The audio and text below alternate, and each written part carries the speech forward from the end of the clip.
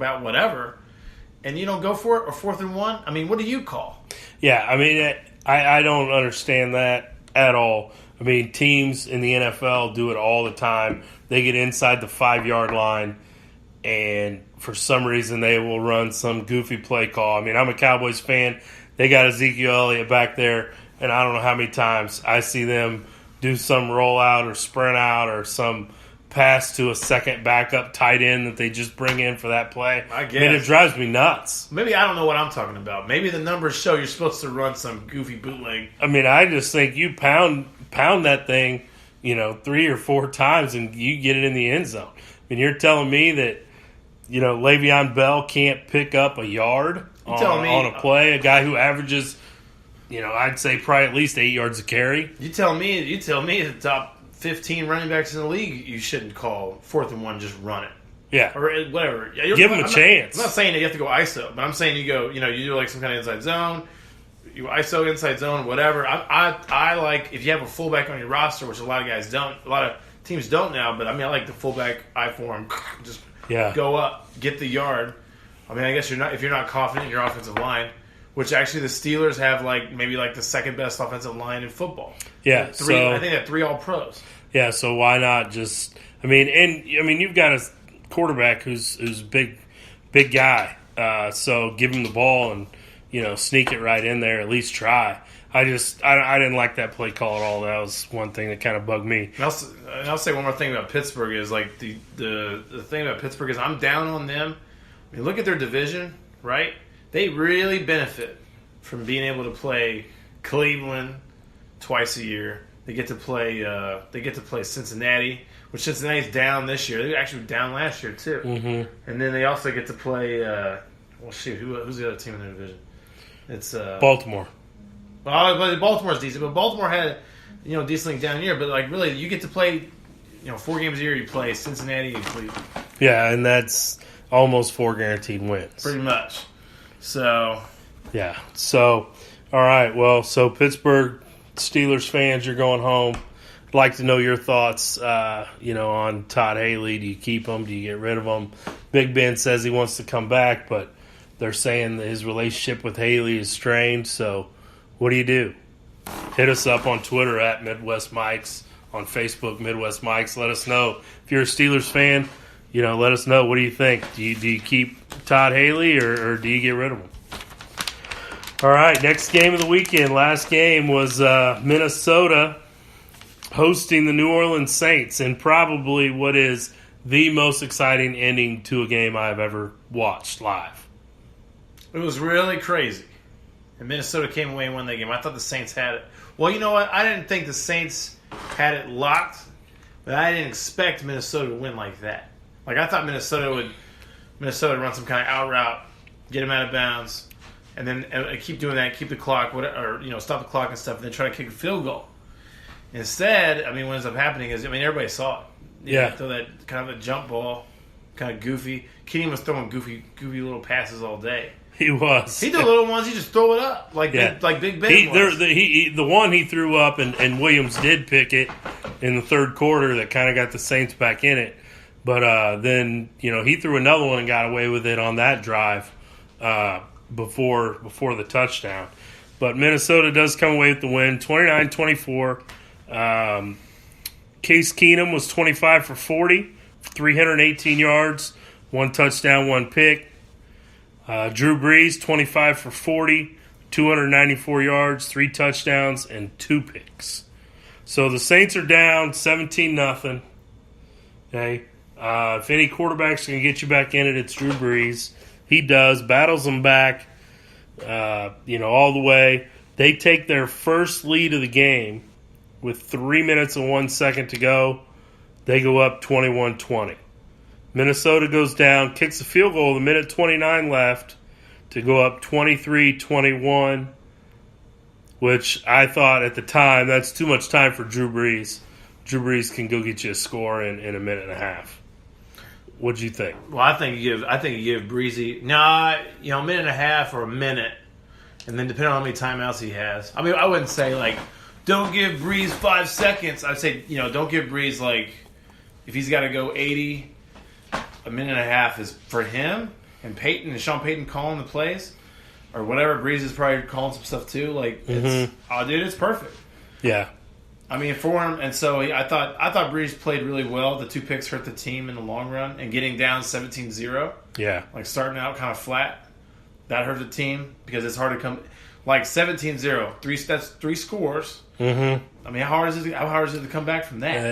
It's tough. It's tough. And on the opposite side, would you say that Minnesota should have had this game locked up long before that? Yeah. Their defense kind of was playing a little softer, I thought, there in the second half. But, again, Drew Brees, first ballot Hall of Fame quarterback. And if anybody can bring you back, it's that guy. And I think you got to have faith in him. I think this adds to his Hall of Fame resume, even though he lost the game. They did kick the field goal, 25 seconds left to go up by 1, 24-23. I'm thinking I had the Saints +4. I'm thinking at this point I'm golden. 25 seconds left. Yeah. Then the play, 10 seconds left. Minnesota, 4th down. Got to go for it. They throw it up. Stephon Diggs catches the ball. Scores a 61-yard touchdown. Williams, the free safety for New Orleans, misses the tackle, completely whiffs. What he was doing, I have no idea. No idea how he misses that badly on such a key play. Young guy. Yeah. I feel bad for that guy because now the internet's killing him. Oh, the internet is killing him, and I feel bad for him too.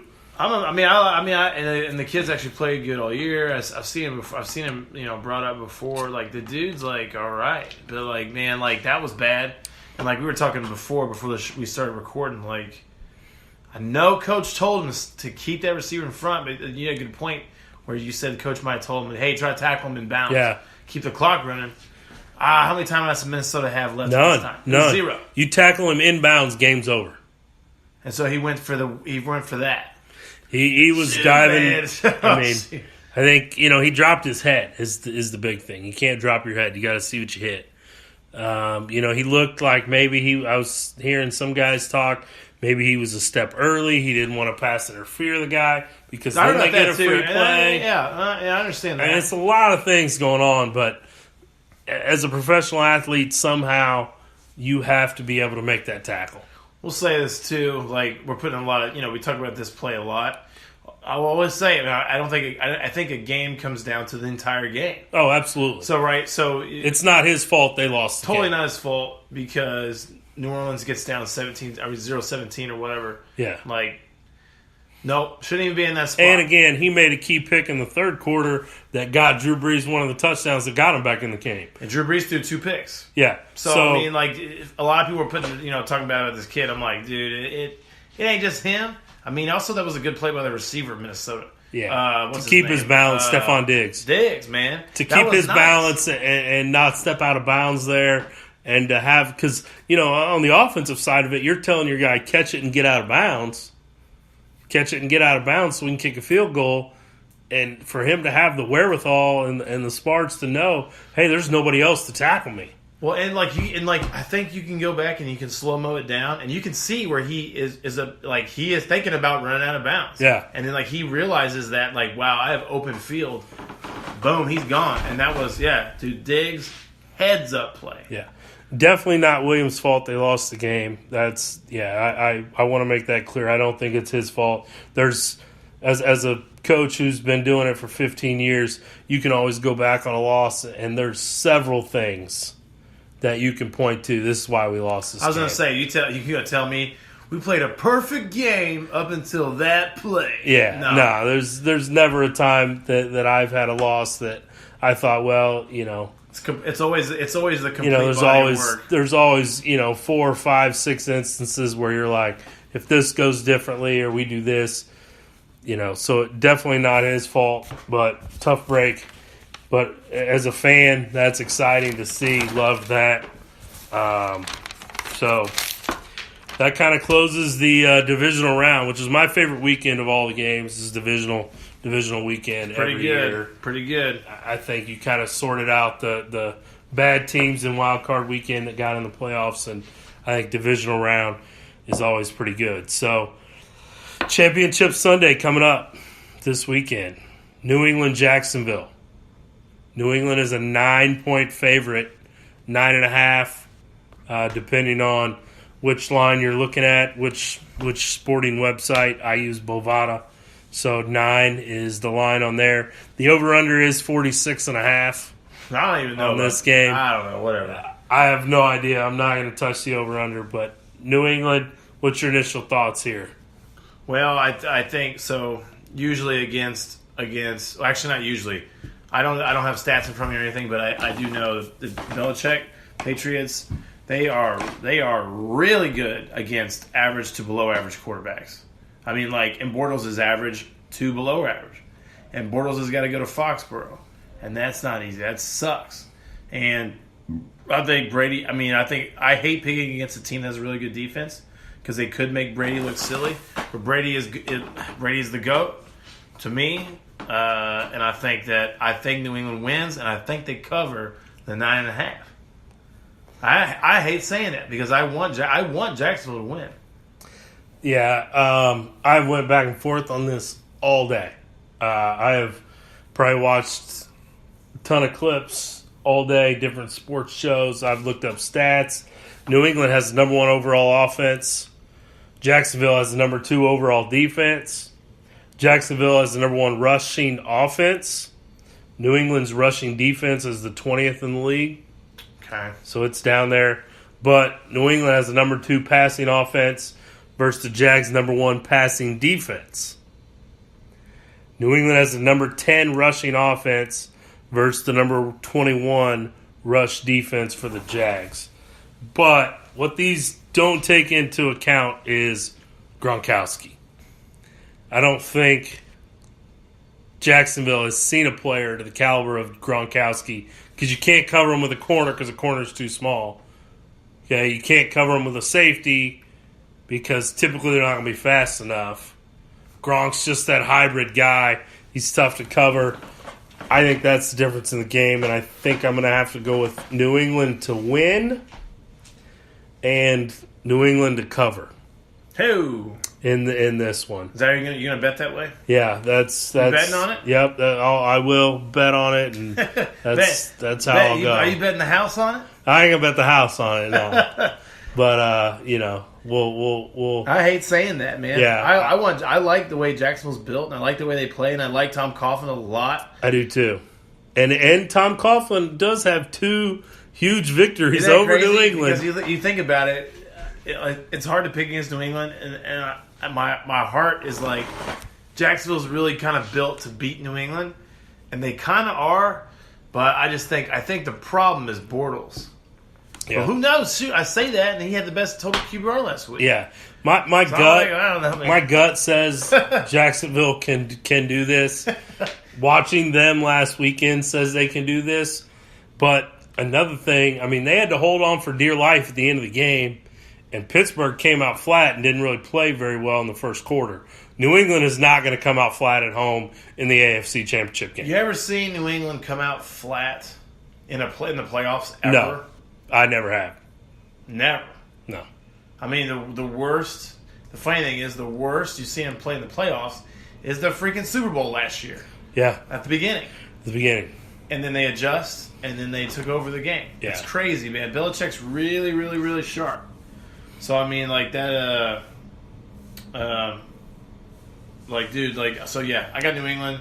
I think Bortles is the wild card there, and that's what I'm going with. Yeah, I was really kind of going to go all in on Jacksonville there, but after watching everything today and looking at all these stats and thinking about Gronk, I don't think they can get it done. So, got to go New England. I would love to be wrong on this, and love to see Jacksonville pull the upset. All right, well, with next game, Philadelphia hosting the NFC Championship against Minnesota.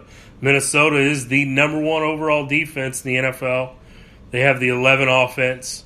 Philly has the number 4 defense and, the number 7 offense. The thing is, though, we talk about number 7 offense. That's also with Carson Wentz. Yeah. So here we'll start. We'll say this, and it's a what if, and it doesn't matter. Carson Wentz plays in this game, and it's in Philly. they go to the Super Bowl, right?